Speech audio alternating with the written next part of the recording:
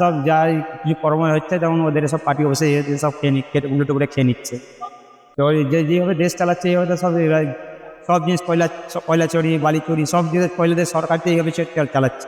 পরিবর্তন তো করা দরকার।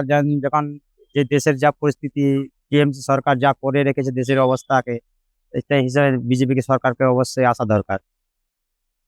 কেন পরিবর্তন চাই বলে মনে হয়?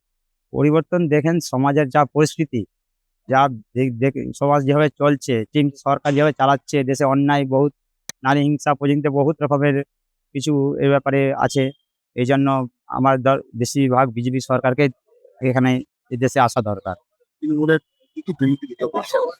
দেখ দেখছে নারী নির্যাতন, বহুত রকম কুসংস্কৃতি এবং বহুত রকমের ব্যবস্থা, যেমন সব দিক থেকে আসছেন বলে।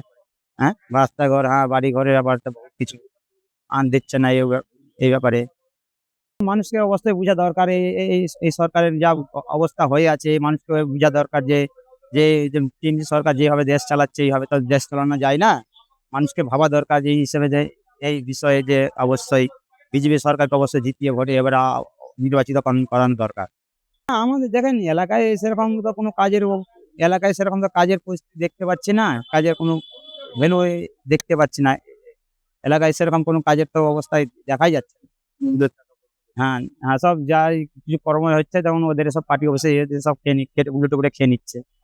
হ্যাঁ, অবশ্যই আসবে। তো ওই যেভাবে দেশ চালাচ্ছে এইভাবে তো সব জিনিস কয়লা চুরি, বালি চুরি সব জিনিস কয়লাদের সরকার তো এইভাবে চালাচ্ছে।